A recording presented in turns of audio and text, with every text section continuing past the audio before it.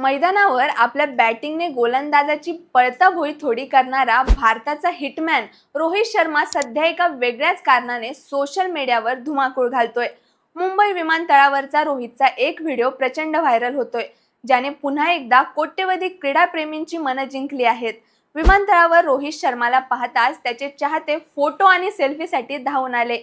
गर्दी वाढल्यामुळे रोहितच्या सुरक्षेसाठी तैनात असलेल्या एका काळ्या टी शर्ट मधील बॉडीगार्डने चाहत्यांना मागे ढकलून दूर करण्याचा प्रयत्न केला, पण आपल्या चाहत्यांना दिली गेलेली अशी वागणूक कॅप्टन कूल रोहित शर्माला अजिबात आवडली नाही।